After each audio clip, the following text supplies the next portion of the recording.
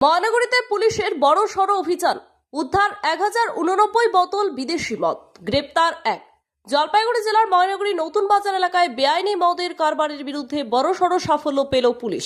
গোপন সূত্রে খবর পেয়ে সোমবার ময়নাগুড়ি থানার পুলিশ একটি দোকানে হানা দিয়ে বিপুল পরিমাণ বিদেশি মদ উদ্ধার করে।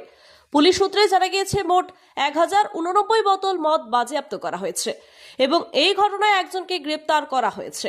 তদন্তে উঠে এসেছে নির্বাচনকে ঘিরে প্রশাসনের নির্দেশ অনুযায়ী লাইসেন্সপ্রাপ্ত মদের দোকানগুলি সাময়িকভাবে বন্ধ রাখা হয়েছে। এই সুযোগকেই কাজে লাগিয়ে অসাধু ব্যবসায়ীরা লাইসেন্সপ্রাপ্ত দোকান থেকে মদ কিনে মজুত করে রেখেছিল, পরে সেগুলি চড়া দামে বিক্রি করা হচ্ছিল বলে অভিযোগ।